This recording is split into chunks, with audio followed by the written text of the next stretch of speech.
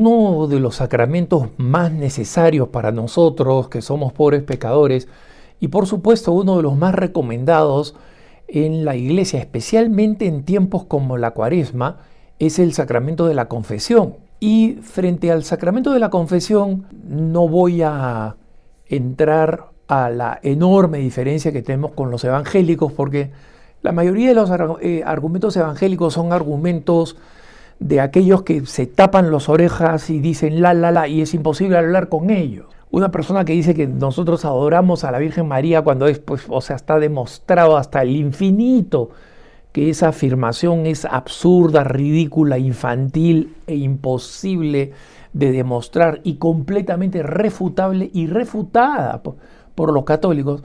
Uno va a pensar que la confesión, hoy, ¿por qué me tengo que confesar con un hombre?, ¿no? Y yo lo he experimentado en distintos momentos de mi vida, en una época en que yo estaba en pecado, sabía de otras personas que estaban al costado conmigo que estaban también en pecado, y tuvimos que ir a una de esas misas, digamos, de difuntos, o lo que sea, una misa, digamos, que no, que era básicamente un acontecimiento social.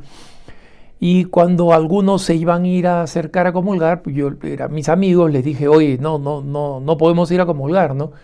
Y una de las chicas dijo, yo me confieso directamente con Dios, y fue a recibir la comunión, ¿no? Ese argumento de yo me confieso directamente con Dios es un argumento pues absurdo, ¿no? Es un argumento inventado porque la persona no quiere pasar por la vergüenza de ir y confesar sus pecados, decir, he hecho esto, me ha pasado esto, ¿no?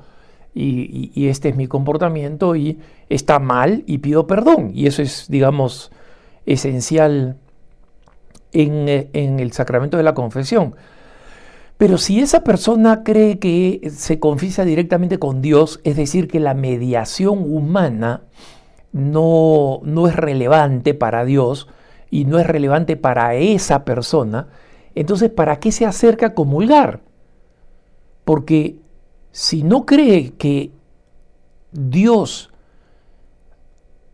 ofrece gracias extraordinarias, gracias inimaginables a través del sacramento de la confesión, ¿por qué cree que sí lo hace a través del sacramento de la comunión? ¿No? O sea, ¿por qué sí cree que Jesucristo está presente en la hostia y va y se pone en la fila para comulgar? Entonces, si no crees que Dios efectivamente ha delegado a la Iglesia y a los sucesores de los apóstoles, a los sacerdotes, la potestad bíblicamente confirmada de liberar o retener los pecados, establecida por el mismo Jesucristo, en el sacramento de la confesión, ¿por qué sí creen que lo pueden hacer cuando Jesucristo dice, también con el mismo argumento bíblico, haced esto en memoria mía, hagan esto en memoria mía, esto es mi cuerpo, ¿no? Entonces, ahí lo que simplemente hay es un catolicismo a mi medida, ¿no? Que lo que me gusta hago y lo que no me gusta no lo hago.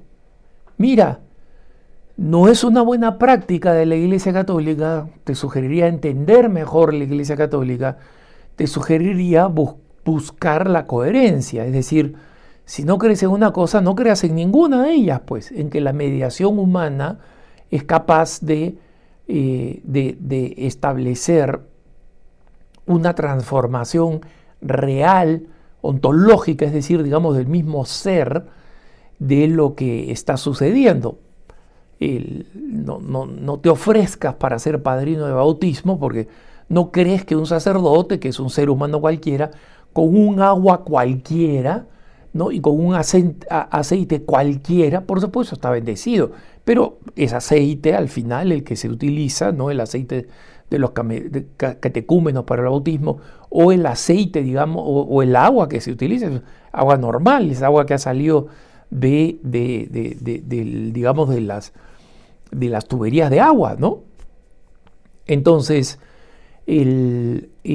si no crees, tampoco tienes por qué creer en eso, tampoco tienes que creer en el poder de la extrema unción o de la unción de los enfermos. Entonces, sé coherente. Y si no quieres ser coherente, entonces piensa cuáles pueden ser las consecuencias de decir, ya, mira, ¿qué pasaría si es que la confesión es verdad? ¿No? Que la necesito para restablecer mi relación con Dios. Y si es que la comunión también es verdad, especialmente yo creo que es verdad y por eso voy a comulgar, ¿no? Porque si no crees que es verdad, ¿para qué vas a comulgar? ¿Por show? Entonces, ¿de verdad eres tan poca cosa que crees que necesitas hacer show de que puedes ir a comulgar? Entonces, abstente, ¿no? Pero la posición más común que encuentro en muchos hermanos, ellos creen que se pueden confesar directamente con Dios, ¿no? Sino la más frecuente que encuentro es el de las personas que dicen, oye, pero yo soy una buena persona, no mato a nadie, no. Entonces, cuando revisan su conciencia, no encuentran pues razón de pecado. No, he sido fiel a mi esposa, ¿no? Bueno, habré mirado algunas mujeres por ahí, olvidándose de lo que Jesucristo dice sobre fornicar solamente ya cuando alguien ha mirado malamente a una mujer, ¿no? Bajo la excusa de que, oye, que mire el menú, porque he escuchado ese ejemplo, ¿no? Mira, que mire el menú no significa que voy a ordenar, pues, lo que está en el menú, ¿no? Es solo por curiosidad. Definitivamente, como digo, el mismo San Pablo nos dice, comuniquémonos los pecados unos a otros. Eso después, digamos, se establece en que la manera de recibir la absolución es la potestad apostólica, ¿no? Es decir, los sucesores, los apóstoles, los sacerdotes, ¿no? Y las razones bíblicas para confesarse son numerosas, o sea, esto ya, el que quiere encontrar todos los argumentos bíblicos, que vaya al Catecismo de la Iglesia Católica al número 1442, donde están todas las citas donde hemos sido enviados como ministros de reconciliación. Me han invitado, estoy siendo enviado a nombre de Jesucristo.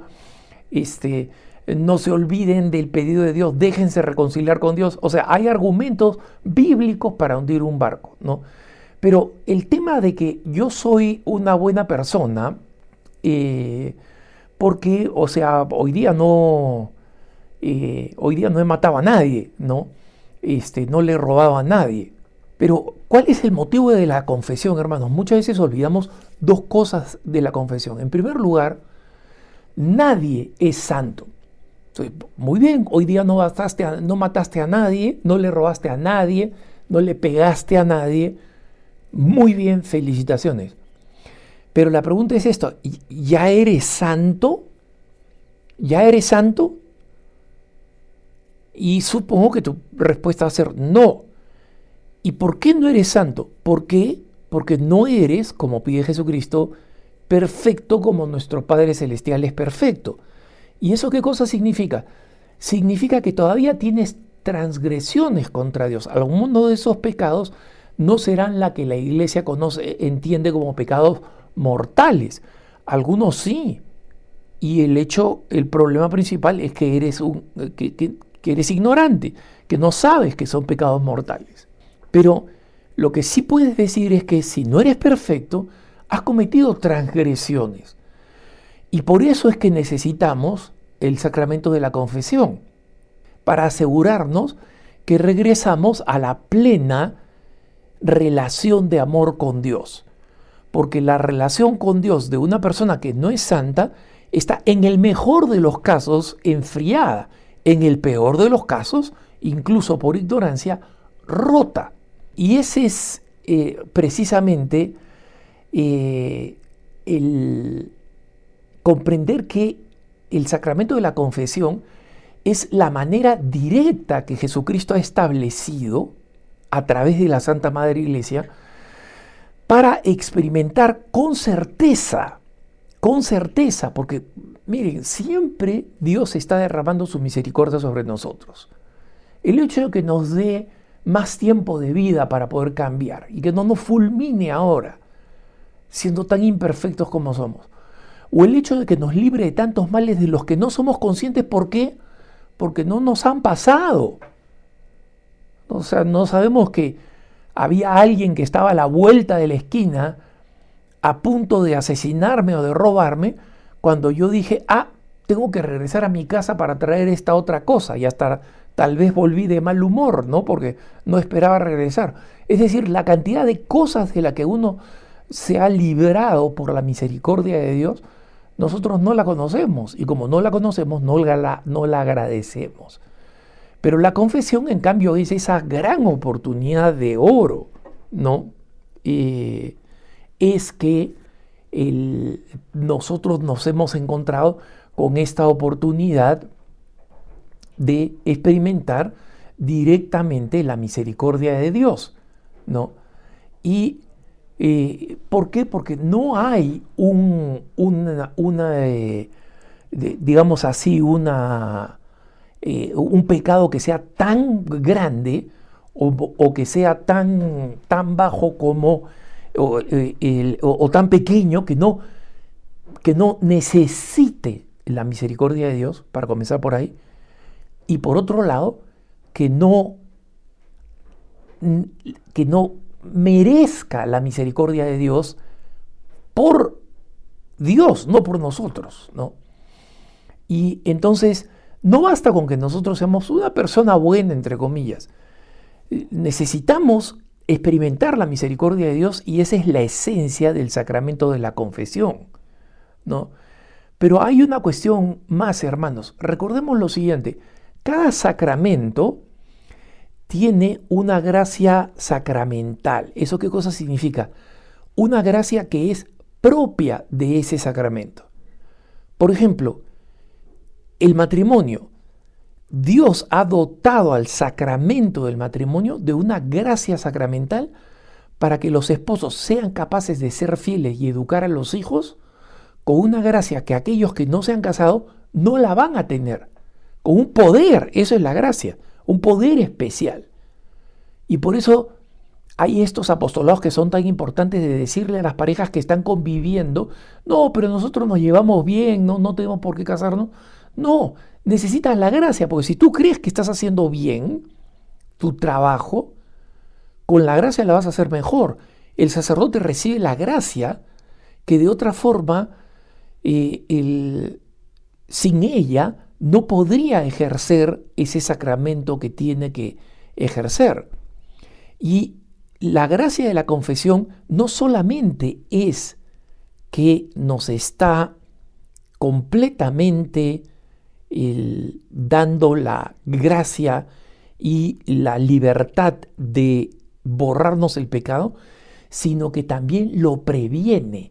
En varias ocasiones, incluso en otro punto de vista, yo he comentado la historia de un sacerdote que me enseñaba en la Facultad de Teología Pontificia Civil de Lima, el caso de una señora que vino a confesarse, y el sacerdote le dijo: señora, esa no es materia. Es decir, no está confesando un pecado, ¿no? Probablemente estaba confesando una tentación, y una tentación no es un pecado. Entonces, una segunda vez intenta la señora, y el sacerdote le vuelve a decir: señora, esa no es materia. Entonces la señora, con una voz así quebrada, humilde, le dice: padre, en realidad yo vengo por la gracia sacramental. O sea, vengo a recibir la gracia sacramental. La señora no estaba en pecado mortal, pero venía a recibir la gracia sacramental. Y ese sacerdote nos dijo: esa señora sabía más de teología que ustedes, ¿no? Y entre los que estaban ahí habían seminaristas que iban a ser sacerdotes. Yo no estaba ahí para ser sacerdote, estaba aprendiendo, ¿no? Porque entendía esta importancia de la gracia sacramental. No nos dejemos ganar, ¿no?, por personas que aún sin conocer bien las enseñanzas de la Iglesia sabían suficientemente el poder de la gracia sacramental. Nadie es suficientemente bueno como para no necesitarla. Nadie es suficientemente malo como para no recibirla, especialmente si nos va a ayudar a prevenir el pecado. Que tengas un buen día.